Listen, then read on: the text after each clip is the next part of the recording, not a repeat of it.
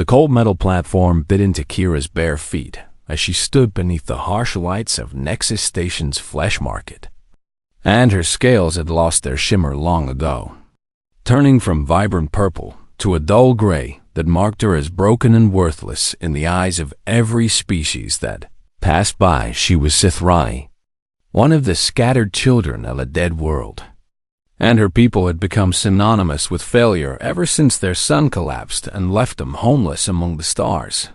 3 cycles had passed since she first wore chains, and in that time she had belonged to 4 different masters who each grew tired of her and sent her back like defective.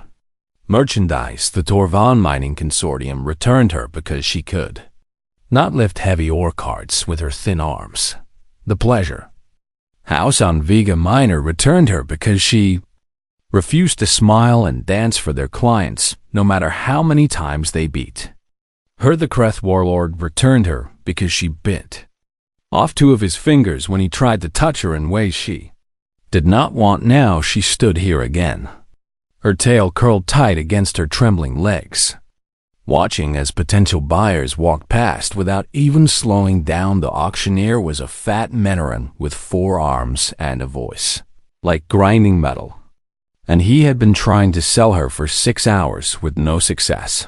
"Come on, come on," he shouted to the crowd that flowed through the market like a river of scales and fur and metal. "This Sithrani female is young and healthy and ready to serve. Starting bid only 500 credits. Do I hear 500 credits? No one raised a hand or tentacle or claw. The Menaran's face twisted with frustration, and he lowered the price again. 400 credits. 400 for this fine specimen. She has all her teeth, and her eyes work perfectly. 400 credits, anyone." A group of Valorian soldiers walked past, and one of them spat on the platform near Kira's feet, and his companions laughed at the gesture of contempt. 300 credits. The auctioneer called out, desperation creeping into his voice. 300 credits. I am practically giving her away. 300. Kira felt something inside her chest crack and crumble, and she wondered if this was what it felt like to have your soul finally break after years of bending. She had been proud once, a long time ago, when her world still existed and her family still lived, and her name meant something more than a number on a slave registry. She had been Velthan, guardian trained and warrior born, sworn to protect the queens of her people until her last breath. But the queens were dead now, burned to ash when the sun died, and Kira was just another piece of leftover garbage that no one wanted to buy. 200 credits, the auctioneer said, and his voice had gone flat and tired. 200 credits, final offer. After this, she goes to the recycling pits. The recycling pits were where they sent slaves who could not be sold, and everyone knew what happened there. Even though no one spoke of it openly, Kira closed her eyes and tried to remember what her mother's face looked like. But the memory had faded like everything else good in her life. Then she heard the crowd go quiet in a way that made her open her eyes again. The beings of Nexus Station were drawing back from someone, creating a path through the market like water parting around a stone, and whispers spread through the air like poison. Human. Someone hissed, Deathworlder. Another voice added with obvious fear, "What is it doing here?" A third voice asked Kira. Had heard stories about humans, but she had never seen one in person, and the creature that walked toward the platform did not match the terrifying descriptions she had been told. It was not particularly tall or muscular or threatening in any obvious way. His skin was a strange pinkish brown color, and his head was covered with dark fur that the humans apparently called hair. He wore simple clothes that looked worn and patched in several places, and his boots made heavy sounds on the metal floor as he approached. But there was something in the way he moved that made Kira's instincts prickle with warning. Something in the easy confidence of his stride that said this creature was not prey, despite his soft appearance. The other species gave him space not because he looked dangerous, but because they knew what his kind was capable of. And the reputation of humans had spread far and wide since they first stumbled into galactic society. They came from a world that the Galactic database classified as a Category 12 death world, a planet so hostile that most species could not survive there. For more than a few hours, they breathed a corrosive gas called oxygen and drank a universal solvent called water, and their bodies could heal from injuries that would kill most other beings they had fought wars against each other for their entire history, and they had tamed predators and turned them into companions, and they had built their civilization on a foundation of stubbornness and spite. The human stopped in front of the platform and looked up at Kira with eyes that were a strange blue-gray color like storm clouds gathering on the horizon. She expected to see the same things she always saw in the eyes of potential buyers: greed or lust or cruelty or cold calculation. Instead, she saw something that she did not recognize at first because it had been so long since anyone had looked at her that way. He looked at her like she was a person, not a product or a possession or a problem to be solved. Just a person standing on a platform having what was clearly a very bad day. "How much?" he asked, and his voice was deeper than she expected, rough around the edges, like he had spent too many years breathing recycled ship air. The auctioneer blinked, all four of his eyes in surprise. "You want to buy the Sithrani?" he asked. "I asked how much." The human repeated, 200 credits.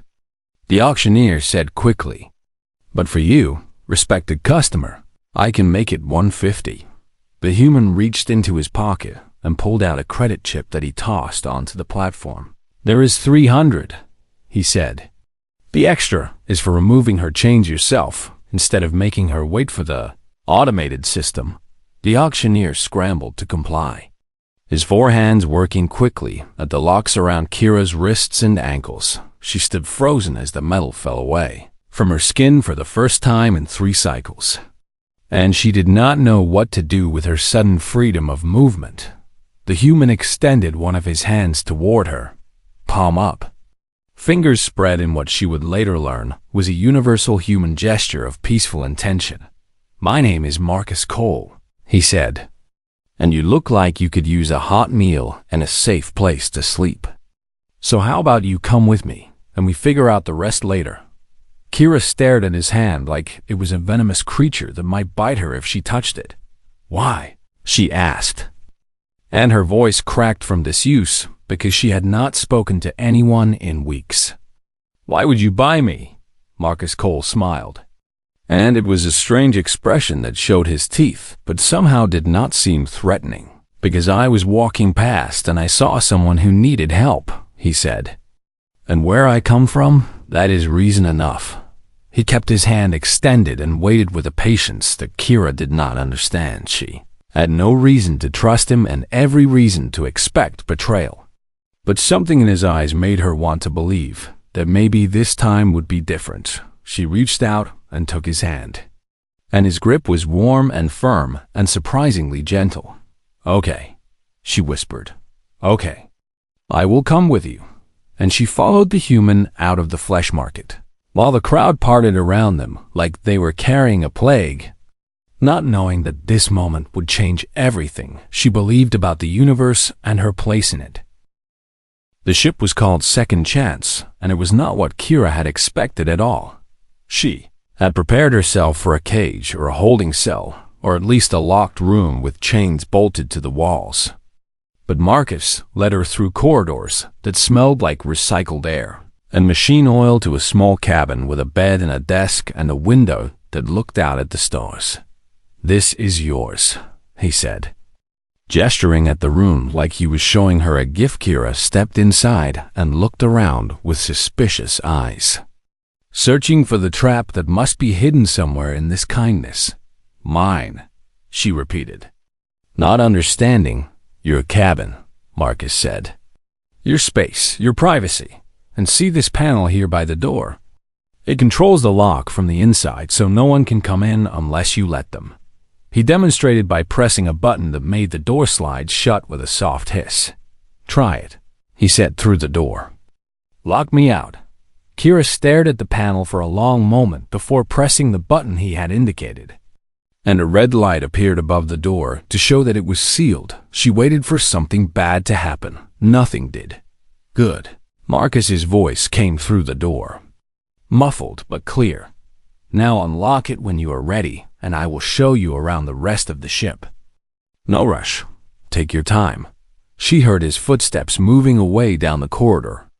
And she was alone in a room that belonged to her with a door that she controlled. Kira locked and unlocked that door 7 times before she finally believed it was real when she emerged into the corridor. Marcus was waiting at the end with his hands in his pockets and that strange patient expression on his face, ready for the tour. He asked the second chance was a small cargo vessel designed for salvage work in the outer systems. And its hull was scarred with years of hard use and hasty repairs. Marcus explained that he had bought it cheap after his previous career ended badly. And now he made a living picking through the wreckage of dead ships and abandoned stations.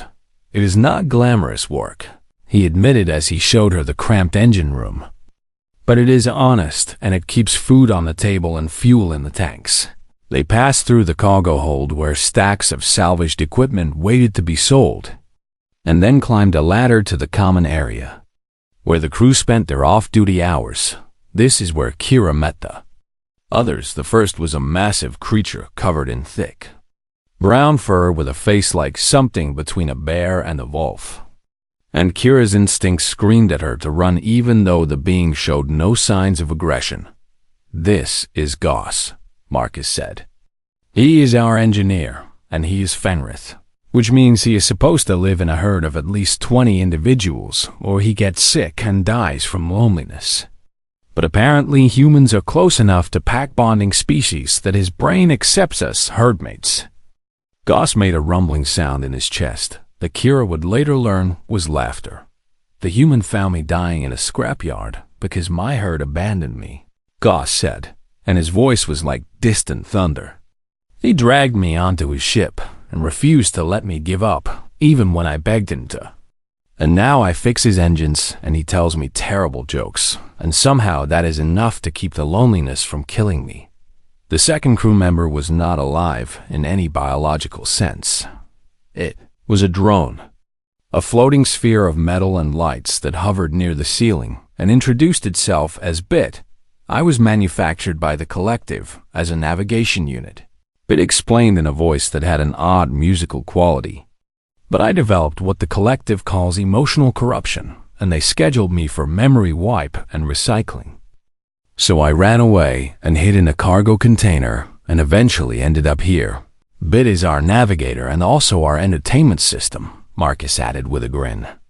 It has downloaded approximately 10,000 hours of something called podcasts, and it will play them for anyone who sits still long enough to listen. They are very educational, Bit said defensively.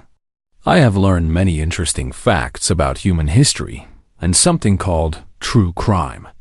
Kira did not know what to make of these strange beings who spoke of Marcus like he had saved their lives and expected nothing in return. I do not understand, she finally said. You bought me at auction.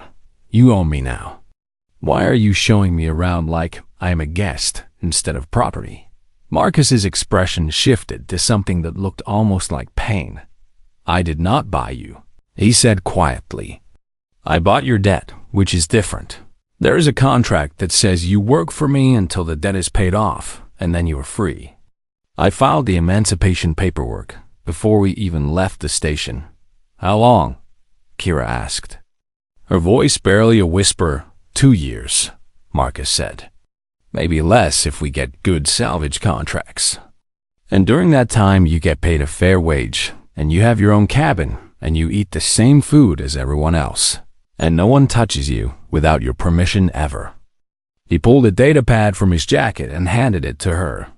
This is your copy of the contract, he said. Read it carefully, show it to a lawyer if you can find one you trust. I want you to know exactly what you are getting into, so there are no surprises. Kira took the datapad with trembling hands and scanned the document that glowed on its surface. It was exactly as he described. She would work as a crew member on the second chance, performing duties appropriate to her skills, for a period not to exceed 24 standard months. And at the end of that period, she would be released from all obligations with a certificate of freedom and a small sum of credits to help her start a new life. There were no hidden clauses about obedience or punishment or anything that previous masters had used to hurt her. Why? She asked. And it was the same question she had asked at the auction, but now it carried more weight because she was beginning to believe he might actually answer honestly. Why do this? What do you gain? Marcus was quiet for a moment, and when he spoke his voice was soft. I used to work search and rescue on Earth, he said. My job was finding people who were lost or trapped or in danger and bringing them home safe. And I was good at it until something happened that made me leave. But the thing is, once you spend years pulling people out of bad situations, you cannot just turn that part of yourself off. He looked at her with those storm-colored eyes. I saw you on that platform, and I knew exactly what was going to happen to you if no one stepped in, he said. And I could not walk past and pretend I did not see. That is not who I am. That is not how humans work. Goss made that rumbling laugh again. He does this constantly, the Fenrith said. He finds broken things and broken people, and he fixes them because he cannot help himself. It is like a disease, but instead of killing him, it just makes his life more complicated. I prefer to think of it as a character flaw, Marcus said with a crooked smile. Kira looked at the contract in her hands, then at the strange collection of beings around her, then at the human who had pulled her out of a nightmare for no reason other than it was the right thing to do. I will stay, she said. For now I will stay and see if this is real.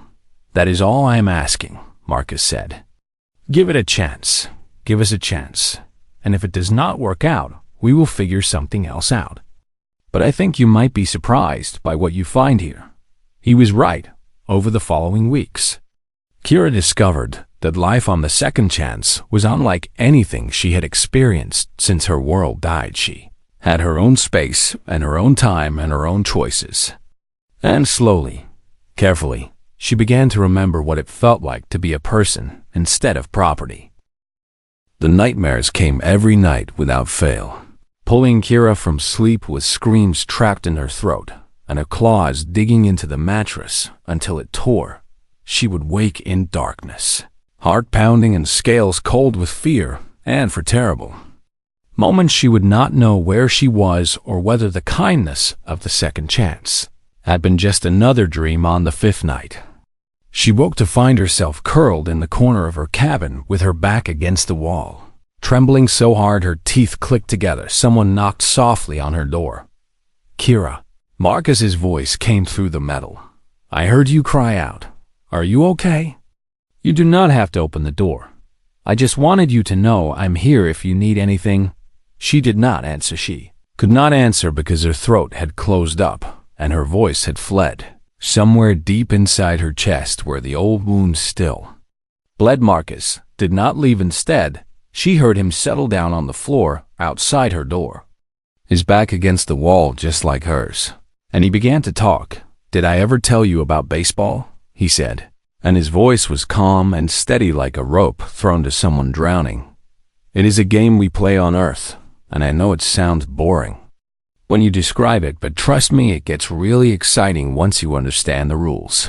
He talked for over an hour about something called the World Series and players with names like Babe Ruth and Jackie Robinson and someone called Shohei Ohtani, who apparently could both hit and pitch, which was very rare and impressive. Kira did not understand most of what he was saying, but the sound of his voice pushed back the darkness, and eventually her trembling stopped and her breathing slowed. She fell asleep on the floor with his voice still drifting through the door.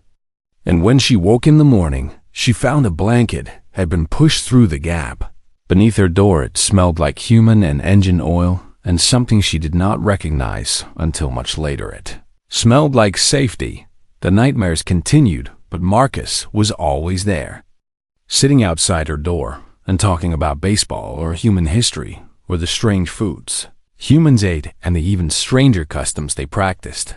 He never tried to open the door or demand that she let him in. He never lost patience or complained about lost sleep. He was simply there, steady and reliable, asking for nothing in return during the days. Kira learned to be part of the crew. Goss taught her the basics of ship maintenance, even though her small hands struggled with tools designed for his massive paws. And he was surprisingly gentle for such a large creature. Bit followed her around playing music from Earth that the humans called classical. And the drone explained that it had found the compositions helped to reduce stress responses in biological beings. Marcus assigned her simple tasks at first: inventory work and data entry and cleaning, but he always asked instead of ordering, and he always thanked her when she finished. She did not know what to do with gratitude. Her previous masters had never thanked her for anything because slaves were not thanked. They were used. One evening, Marcus invited her to join him in the common room for something called card games, and she sat across from him at the small table while he dealt out thin rectangles of plastic with symbols printed on them. "This game is called poker," he said, "and the basic idea is that you try to make certain combinations of cards while also convincing me that your cards are better than they actually are. It is mostly about lying convincingly." "Humans play games about lying?" Kira asked, confused. "We play games about everything," Marcus admitted with a grin. "But the lying games are especially popular. I think it is because we spend so much time lying to ourselves that we find it relaxing to lie to others for fun." Kira did not understand human humor, but she found herself almost smiling at the absurdity of it. She was very bad at poker. Her scales changed color when she was nervous or excited, which made it impossible to hide her reactions to good or bad cards. And Marcus won every hand easily, but he did not mock her for losing or grow angry at her poor performance. Instead, he taught her strategies and explained the mathematics of probability, and showed her how to read the tiny movements of his face that revealed what he was thinking. "You are teaching me to defeat you," she said, after he explained how his left eyebrow twitched when he had a strong hand. "Of course," he said. "What is the point of playing if we are not both trying our best? I want you to beat me eventually. That means I taught you something valuable." It was such a strange philosophy that Kira spent 3 days thinking about it. Her entire life in chains had been built on the principle that knowledge was power and power was hoarded jealously by those who had it. The idea that someone would freely give away their advantages just to make a game more interesting was almost beyond comprehension. But the more time she spent with Marcus and his crew, the more she realized that humans operated by rules that the rest of the galaxy did not understand. They formed attachments to anything and everything, from living beings to inanimate objects to abstract concepts. Goss told her that Marcus had named the ship's engines and spoke to them like they were old friends when he thought no one was listening. Bit reported that humans on Earth kept animals as companions, not for any practical purpose, but simply because they enjoyed the company. They will bond with rocks if nothing else is available, Goss said with his rumbling laugh. "I have seen research that shows humans who are isolated will start talking to objects and treating them as friends. Their brains are wired to seek connection at any cost." "That sounds like a weakness," Kira said. "It is," Goss agreed. "And it is also their greatest strength, because a human who is bonded with you will move stars to protect you. They do not know how to give up on the things they love. Their persistence is pathological." Kira thought about this. As weeks turned into months and the second chance carried her through the dark spaces between stars, she thought about it when Marcus refused to let her skip meals, even though her Sithrani metabolism could handle longer fasts than humans could. Survive, she thought about it when he learned the precise humidity and temperature settings that made her scales comfortable and adjusted the environmental controls in her cabin, even though the moisture made his own quarters unpleasant, she thought about it when she finally broke down and cried one night. Great heaving sobs that she had held inside for years. And Marcus sat beside her and put his arm around her shoulders and let her weep against his chest until she had no tears left. He did not tell her everything would be okay. He did not make promises he could not keep. He just held her and let her feel whatever she was feeling without judgment or expectation, and slowly, so slowly that she almost did not notice it happening, Kira began to trust. It felt like learning to walk again after years of crawling. It hurt, and it was terrifying, and part of her kept waiting for the moment when Marcus would reveal that this was all a trick, some elaborate game designed to make her suffering worse. But that moment never came. Instead, there was only the steady rhythm of life on the second chance, the comfortable routine of work and rest and meals, shared with beings who treated her like family. The day she realized she had stopped waiting for the cruelty to begin was the day she understood that something inside her had changed. She was not healed. She might never be fully healed. But she was different now. She was becoming something new. Something that the slave masters and the auction blocks and the years of chains had tried to destroy. She was becoming someone who believed she deserved kindness, and that, she would later understand, was the most human thing Marcus had taught her. The salvage contract seemed simple when Marcus accepted a colony ship called the Wandering Star had gone silent in the Kareth Expanse, and the insurance company wanted someone to investigate the wreckage and recover anything valuable before scavengers picked it clean. Standard work for standard pay with minimal risk, according to the official assessment. The official assessment was wrong. They found the Wandering Star drifting in a cloud of frozen debris, its hull intact but its engines cold and its lights dark. And something about the silence made Kira's scales prickle with warning. Life signs? Marcus asked as he guided the second chance closer bits. Optical sensors flickered with processing activity. Negative. The drone reported. No biological activity detected anywhere on the vessel. Estimated time since total life cessation is approximately 47 days. All 300 colonists? Goss asked from the engine room, his voice heavy through the communication system. All of them. Bit confirmed. Marcus was quiet for a long moment, and Kira watched his jaw tighten in a way she had learned meant he was controlling strong emotions. We still need to investigate, he finally said. Get cause of death, download the logs, see if there are any survivors in stasis pods or emergency shelters. Standard protocol. They docked with the Wandering Star and suited up for an EVA. And the moment they stepped inside the dead ship, Kira understood what had killed the colonists. Smell hit her first, even through her suit's filters.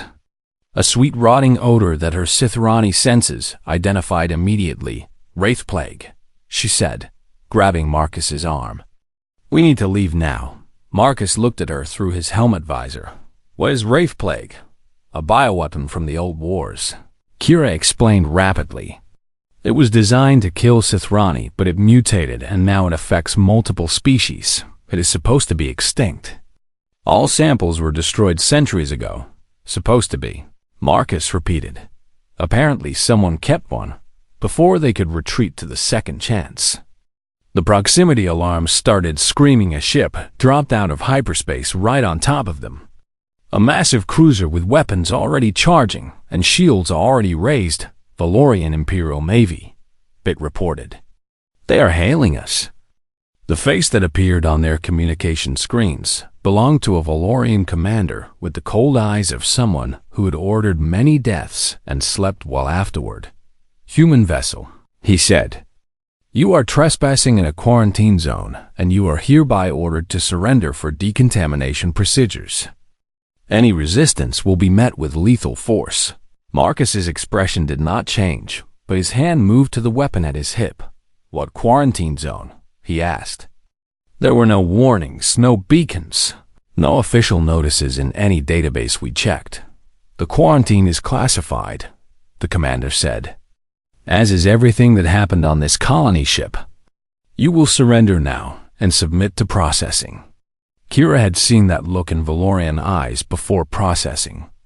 Meant execution, they would be killed, and their bodies would be incinerated, and no record of their existence would ever trouble the Valorian Empire's carefully maintained public image. Valorians had hated humans ever since the first diplomatic contact when the Earth delegation refused to kneel before the Emperor, and they had hated the Sithrani even longer for ancient reasons that Kira's grandmother had never fully explained. This commander would enjoy killing them both. "Goss," Marcus said quietly over their private channel. "How fast can you get the engines hot?" 3 minutes, the Fenrith replied. "Maybe 2 if you don't mind some minor explosions. Do it, Bit. Plot us a jump to anywhere that is not here." "Marcus," Kira said, "they have a military cruiser.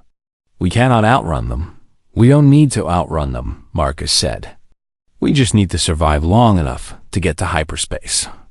The next 2 minutes were Chaos Goss performed mechanical miracles in the engine room while Bit calculated jump coordinates, and Marcus piloted the second chance through a hail of plasma fire that turned the darkness around them into a storm of light and heat. Kira found herself at the weapons console, even though she had never fired a ship's guns before, and somehow her hands knew what to do as she sent return fire at the Valorian cruiser.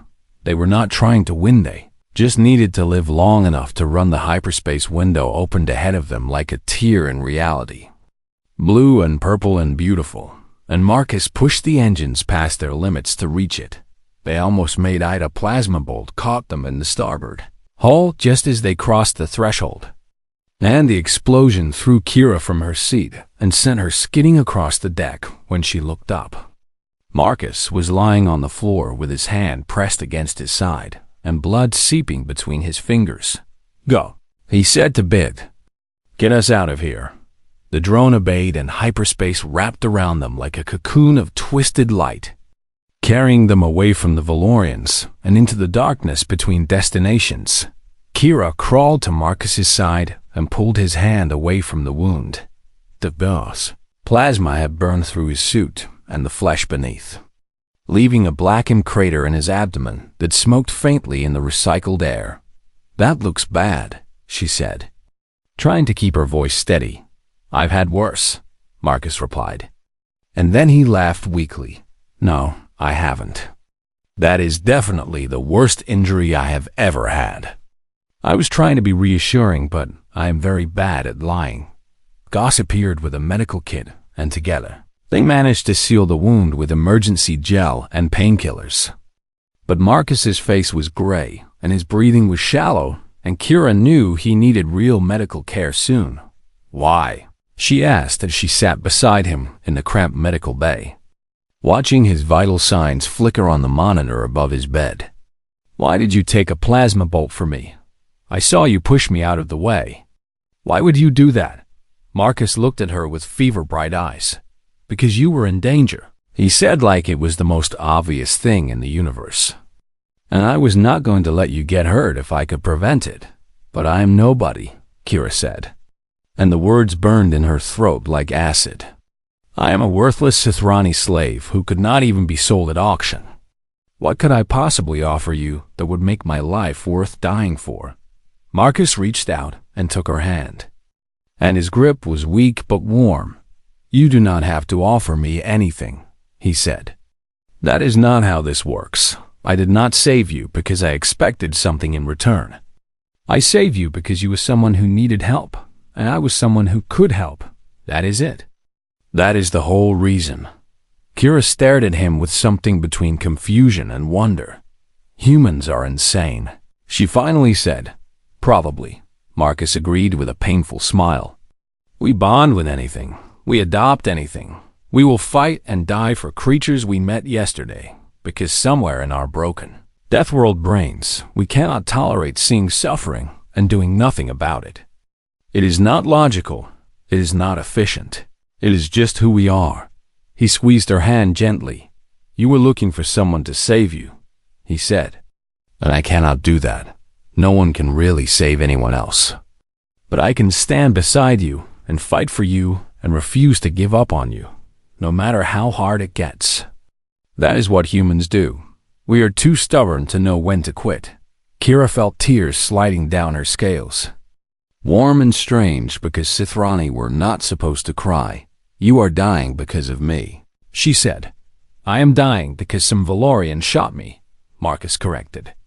And I am not dead yet, so maybe focus on keeping me that way instead of feeling guilty about things that were not your fault. She laughed through her tears, a broken sound that surprised her. Okay, she said. Okay, I will keep you alive. But you have to promise to stay conscious long enough to tell me how. Deal, Marcus said. And then his eyes closed and his grip went slack as the fever pulled him under. Kira sat beside him in the flickering light of the medical bay and made a decision that would change everything. She was not going to let him die. She was not going to let the Valorians win. She was going to find a way to save the man who had saved her.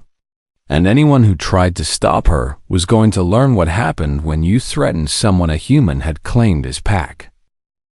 The second chance limped into Nexus Station, with its hull scarred and its engines coughing and its captain unconscious in the medical bay. Kira had made the decision to return to the place where her nightmare began because it was the only station within reach that had facilities capable of saving Marcus's life. But she knew that Valorians would follow. They had been thorough enough to plant a bioweapon on a colony ship and silence 300 witnesses. They would not leave loose ends like a human salvage captain and his misfit crew. They will be here within hours, Bid reported as they docked. I intercepted communication traffic indicating that Commander Varath has been granted emergency authority to pursue us across neutral space. Goss carried Marcus to the station's medical center while Kira stood in the corridor, trying to think of a way out of this trap. They could run, but Marcus could not be moved. They could hide, but the Valorians would tear the station apart, looking for them. They could fight but one small crew against an Imperial cruiser was suicide. Then Kira remembered something from a lifetime ago. Words spoken by her grandmother in the warm light of a sun that no longer existed. The old rites. She whispered. Bit's optical sensors focused on her. Please clarify. The old rites, Kira repeated. And her voice grew stronger as the memory crystallized. Ancient laws from before the Galactic Compact. Treaties signed when my people still had power and the Valorians still feared us. They have never been officially revoked. What do these rights entail? Bid asked. Kira felt her scales beginning to shift color for the first time in years. Patterns of gold and crimson flowing across her skin as something long dormant awakened inside her. Trial by combat, she said. Any Sithrani of Guardian lineage can invoke the old rites and challenge a Valorian officer to single combat. The winner claims the lives and freedom of all those the battle concerns. You are of Guardian lineage. Bid asked. Kira straightened her spine and let the memories she had buried come flooding back. My name is Kira Velthan, she said. Daughter of Sarah Velthan, who is daughter of Myra Velthan, who served the queens of Sithros for 9 generations. I was trained in the Guardian forms from the day I could walk. I was sworn to protect my people until my last breath. And when the sun died, I did not stop being what I was raised to be. She looked at Bit with eyes that burned with rekindled fire. I was sold into slavery because I refused to stop fighting. Every master who owned me learned that I would not be broken. And now Commander Varath is going to learn the same lesson. Goss returned from the medical center with worry carved into his furry features. He is stable but critical, the Fenrith reported. The doctors say he has a good chance if he can rest for a few days without stress or complications. He will get those days, Kira said. I am going to make sure of it. She explained her plan and watched as understanding dawned on her crewmates' faces. This is madness, Goss said. The old rites have not been invoked in centuries. The Valorians will never honor them. They will honor them, Kira said. Because half the station saw us dock and everyone knows the Valorians are hunting us. If Commander Varath refuses a properly invoked challenge, he will look like a coward in front of the entire sector. His honor will not allow it. And if you lose, Bid asked quietly. Kira smiled. And it was not the hesitant expression she had worn since her rescue, but something older and fiercer. I will not lose.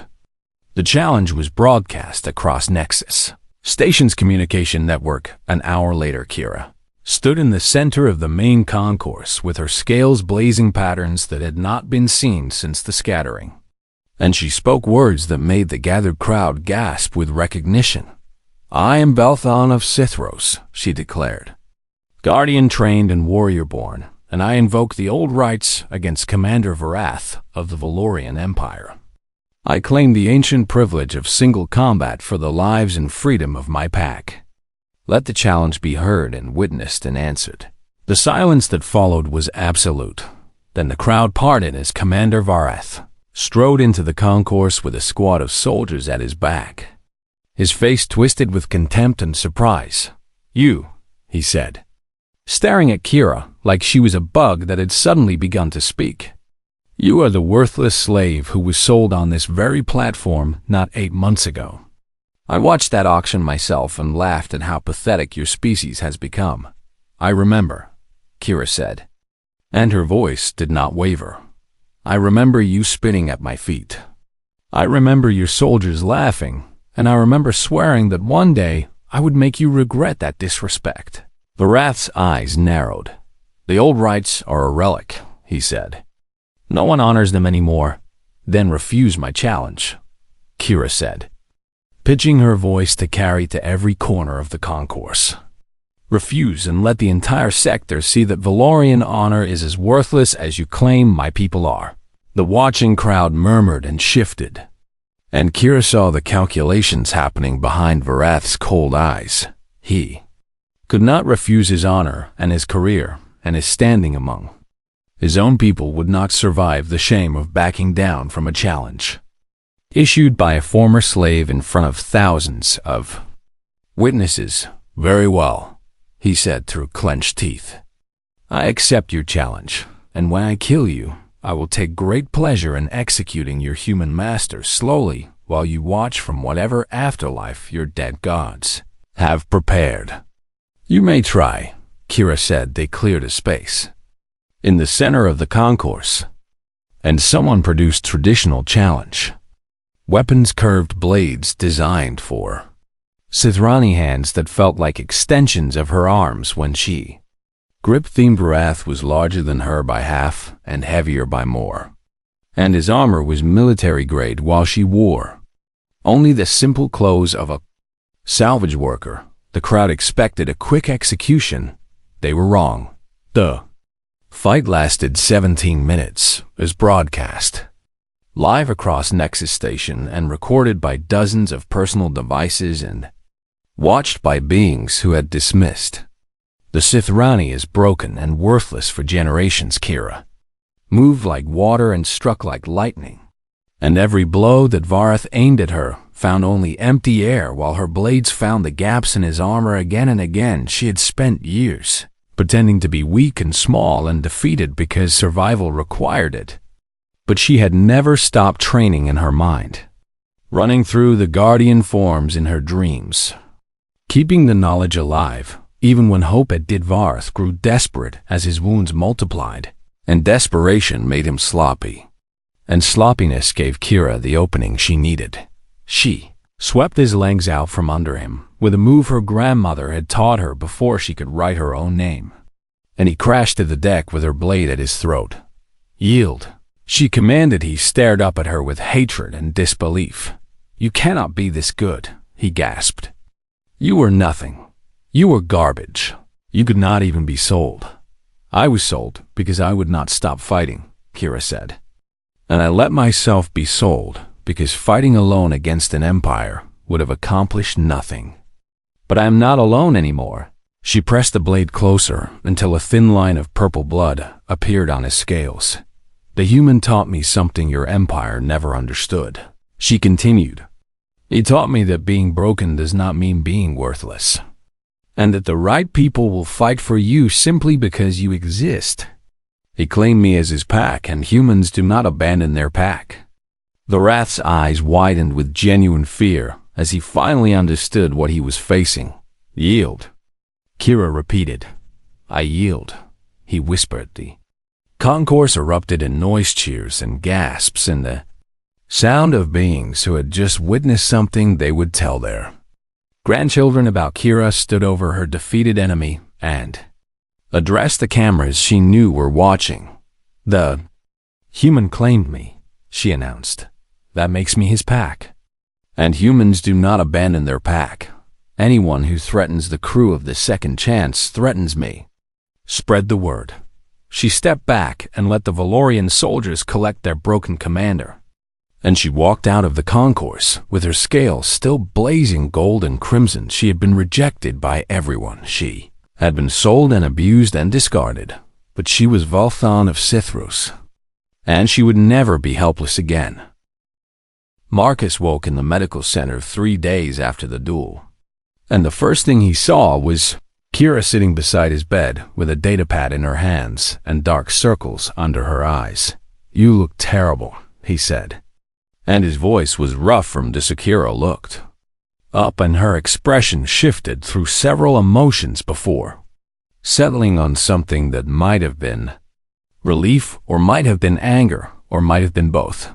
You almost died, she said. You have been unconscious for 3 days while the doctors rebuilt your internal organs with medical nanites. You do not get to criticize how anyone looks. Marcus tried to sit up and immediately regretted it as pain lanced through his abdomen. Okay, fair point, he admitted. What happened while I was out? Kira told him everything she told him about Commander, the Wrath and the old rites and the duel that had been broadcast across the sector. She told him about the crowd that had gathered outside the medical center after word spread. Beings from a dozen species who wanted to see the ship that had been saved by a Sithrani guardian and protected by a human who would not stay down. She told him about the messages that had been flooding their communication system from across known space interview requests and job offers, and something that sounded suspiciously like fan mail. Marcus listened with an expression of growing disbelief. You fought a Valorian commander, he said slowly, in single combat, for the right to keep us alive. Yes, and you won. Yes, and now apparently we are famous. Kira shrugged. Apparently. Marcus was quiet for a long moment, processing this information through a fog of painkillers and exhaustion. Why? He finally asked. You could have run, you could have taken the ship and left me here, and no one would have blamed you. Why did you risk your life for mine? Kira set down the datapad and looked at him with those amber eyes that he had learned to read over months of card games and late-night conversations. You asked me once why I thought you saved me, she said. And you told me it was because you saw someone who needed help, and that was reason enough. I remember. Well, Kira said, I saw someone who needed help, and I was someone who could help. That is it. That is the whole reason. She smiled, and it was the first real smile he had seen from her since the day they met. You taught me that, she continued. You taught me that kindness does not require payment, and that protecting someone is not transactional. You showed me what it means to be pack.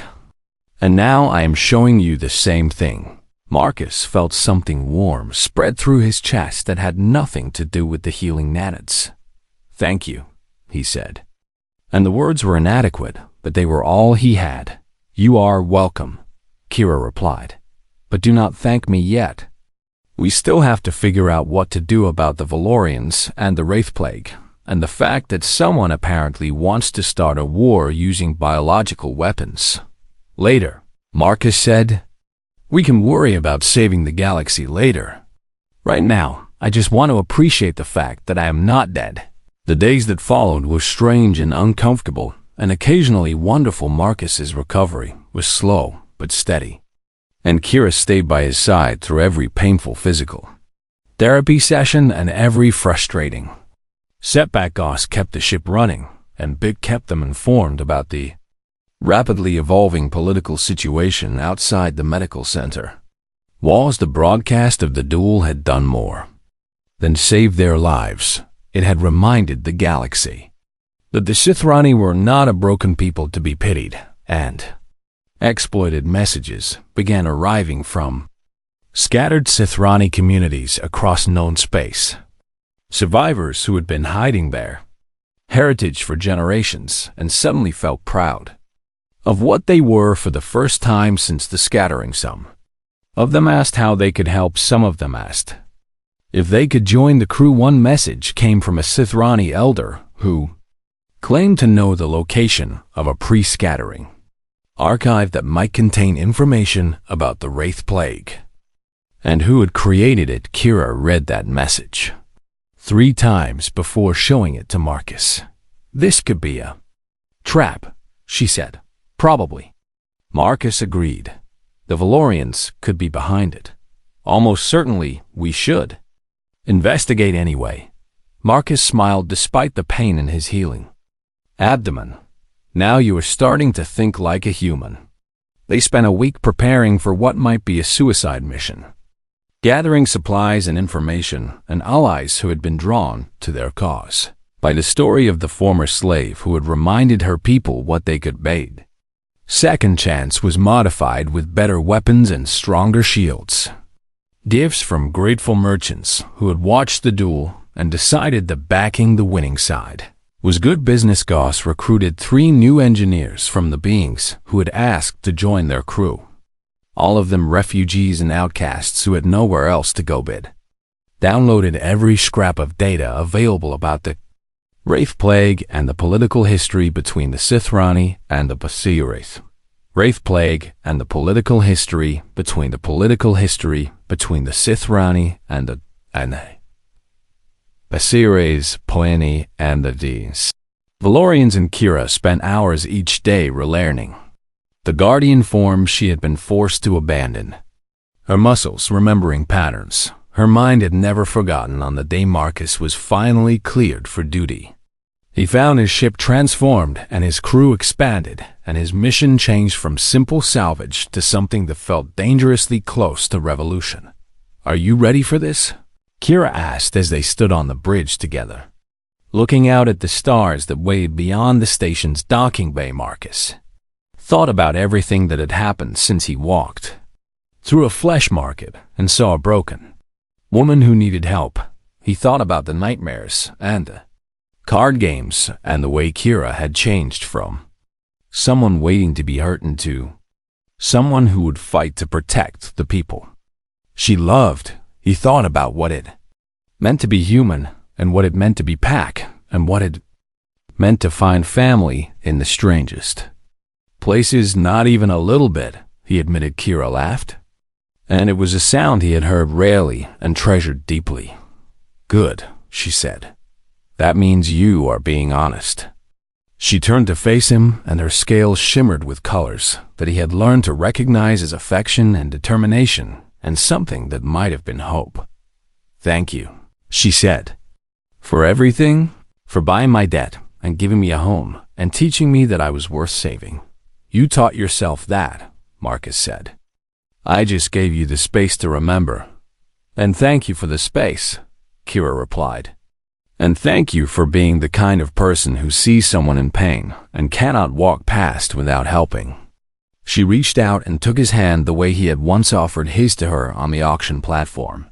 Now let us go save the galaxy, she said. Or at least the parts of it that deserve saving. Marcus squeezed her hand and smiled. Lead the way. The archive world was a frozen moon orbiting a dead star.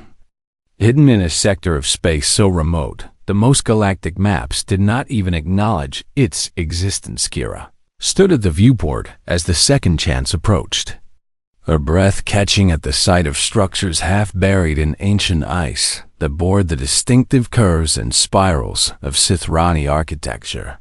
"This is real," she whispered. "I thought all the old places were destroyed, hidden rather than destroyed," Bit reported from the navigation console.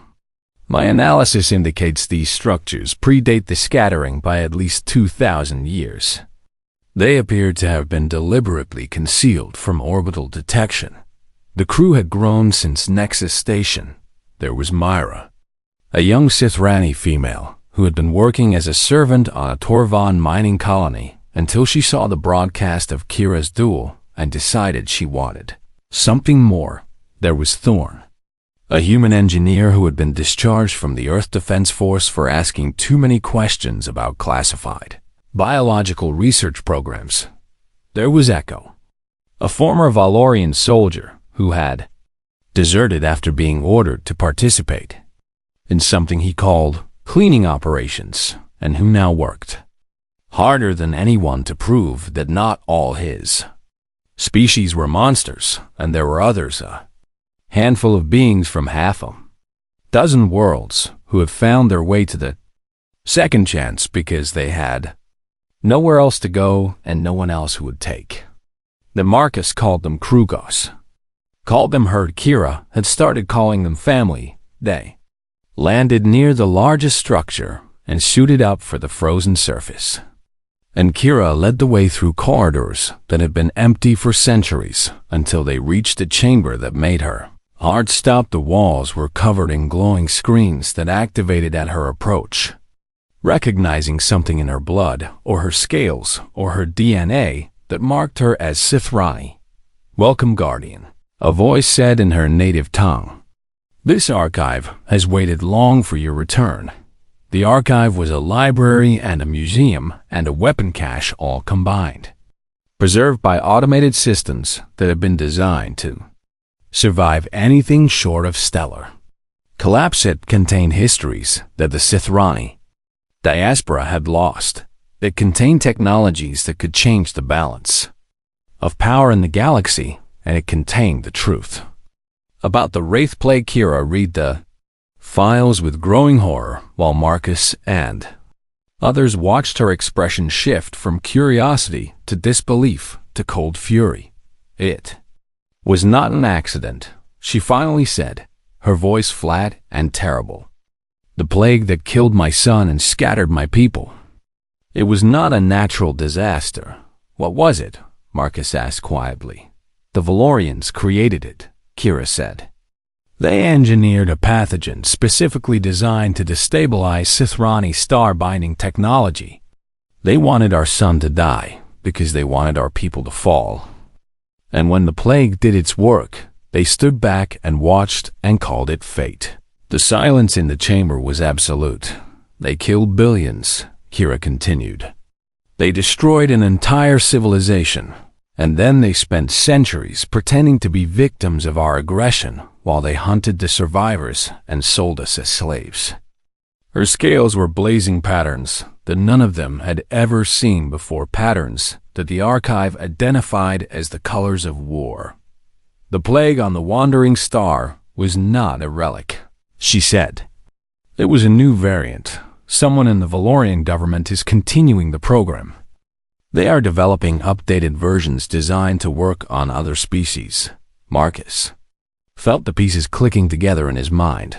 "They are planning to do to someone else what they did to the Sithrani," he said. "Yes. Do you know who the target is?" Kira looked at him with eyes that burned with ancient grief and fresh rage. "The files suggest they are developing variants for multiple species," she said, "including humans." The room seemed to grow colder, even though their environmental suits maintained perfect temperature control. Echo stepped forward, his Valorian features twisted with shame. "I knew my people had done terrible things," he said. "But this This is genocide on a scale I cannot comprehend. How could they hide something like this? Very carefully, Thorne said grimly. And apparently, they are still hiding it. Which means they have people in positions of power who want to keep the program running.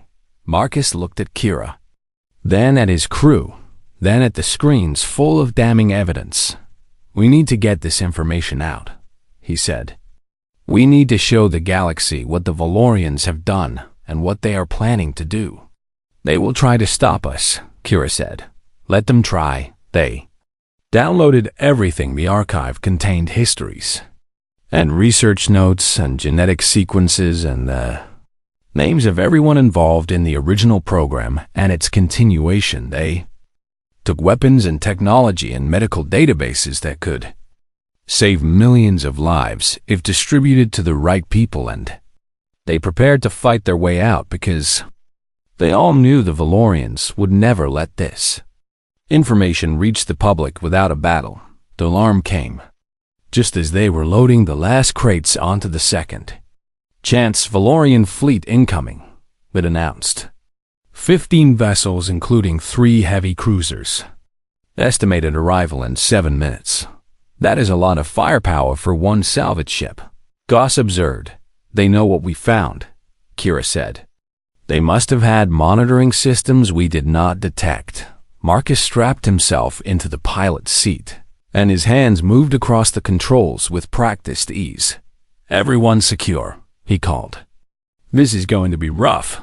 The second chance lifted off from the archive world just as the first Valorian ships dropped out of hyperspace.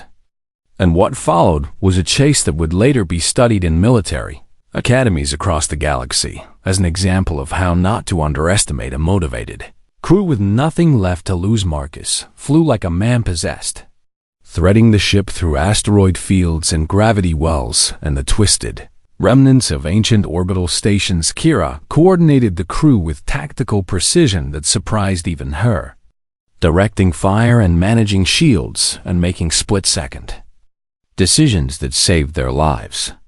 Again and again, Goss performed miracles in the engine room while Echo provided intelligence about Valorian tactics and weaknesses. Thorne kept their weapon systems running.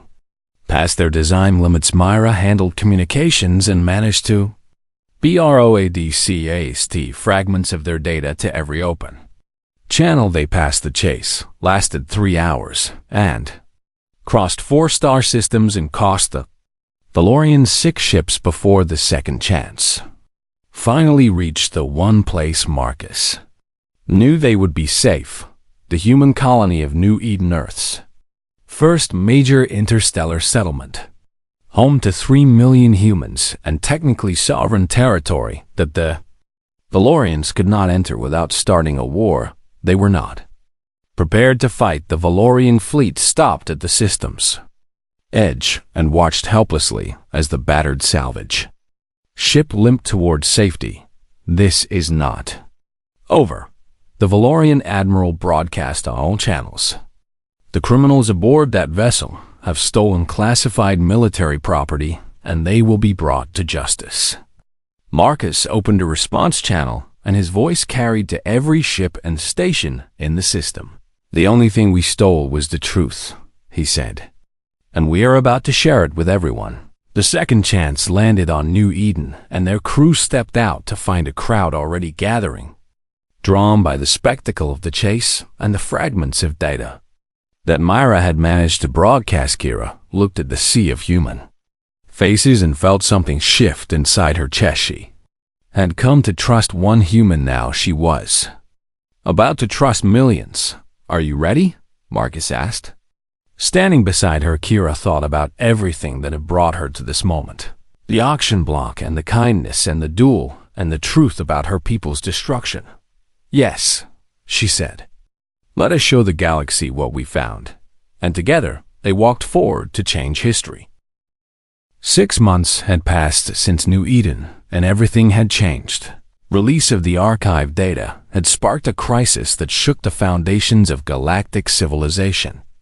And the Valorian Empire was tearing itself apart as factions blamed each other for the exposure of secrets that had been hidden for centuries. 3 admirals and 2 governors had been arrested for their roles in the bioweapon program. The Emperor himself had been forced to issue a formal apology to the Sithrani people, an act of contrition that his predecessors would have considered unthinkable. Reparations were being negotiated, war crimes tribunals were being assembled, and throughout it all, the second chance had become a symbol of something larger than any single ship or crew could contain. Kira stood on the observation deck of their new vessel, a gift from the Earth government in recognition of services rendered, and watched the stars drift past like diamonds scattered on black velvet. The ship was called Sanctuary now, named by popular vote of the crew, who had grown from a handful of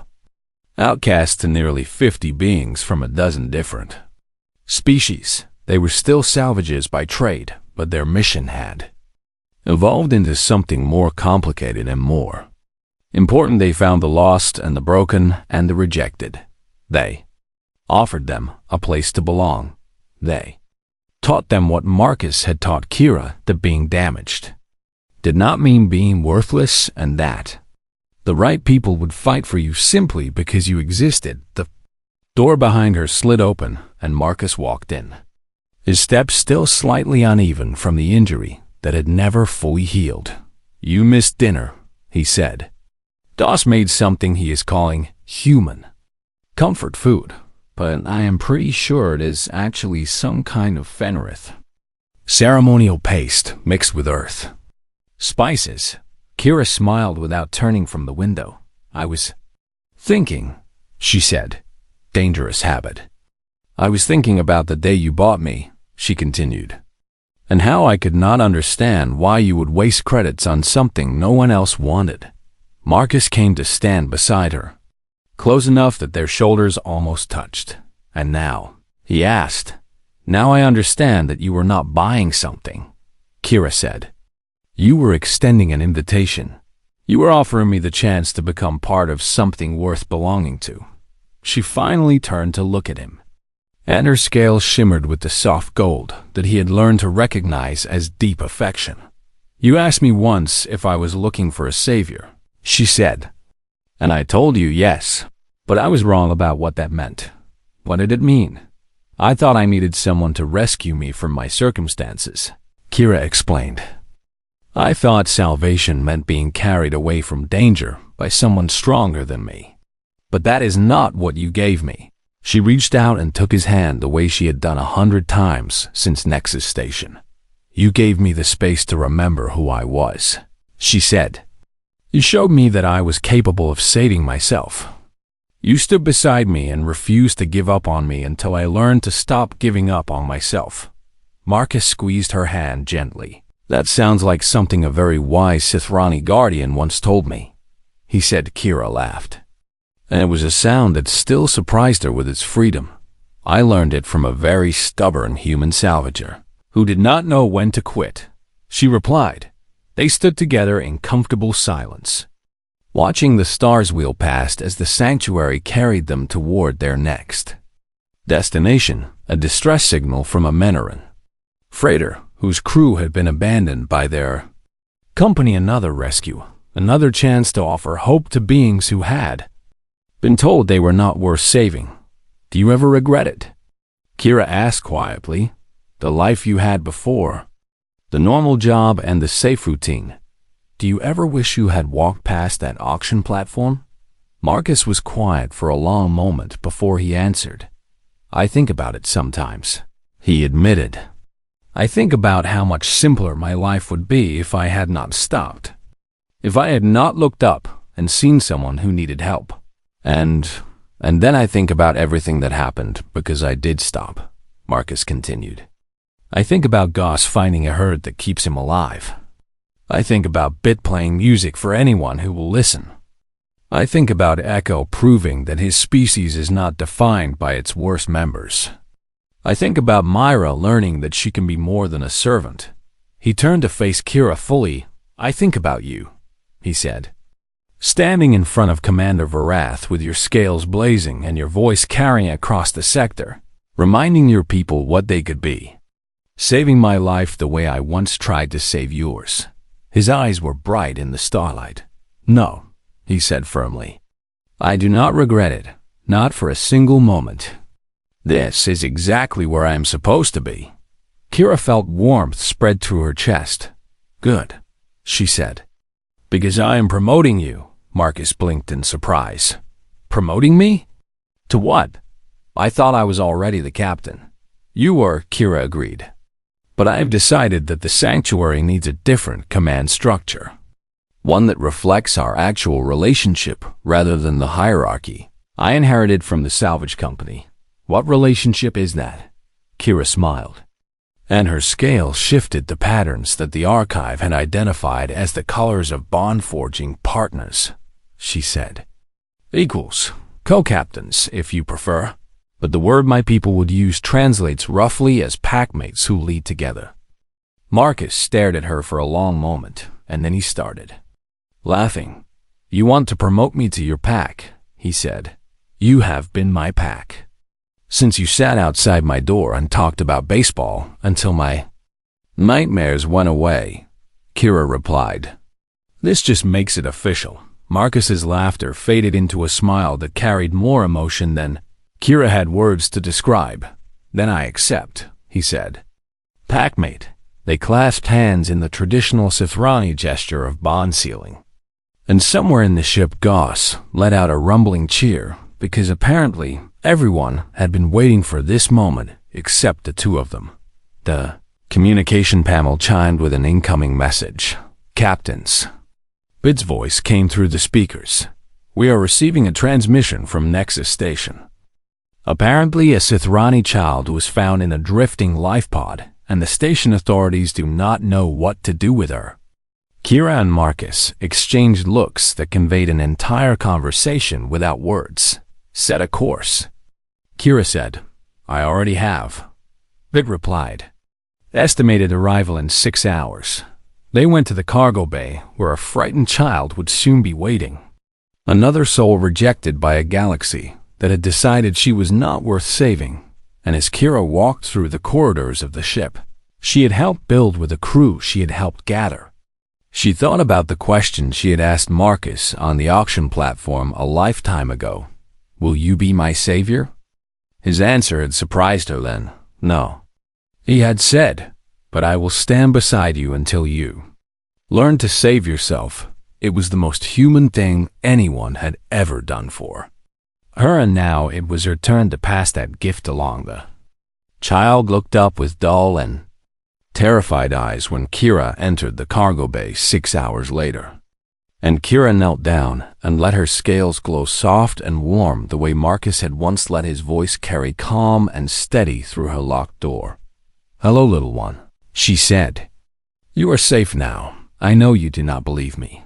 I did not believe it either once, but I am going to stay right here until you do.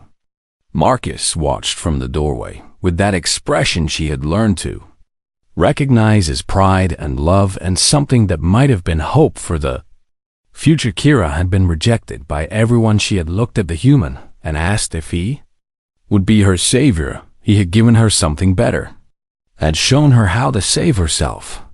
And now she would spend the rest of her life showing others the same truth. That was what humans did. That was what pack meant. And that, Kira thought as she held out her hand to the frightened child, was the most beautiful gift the universe had ever given her. The end.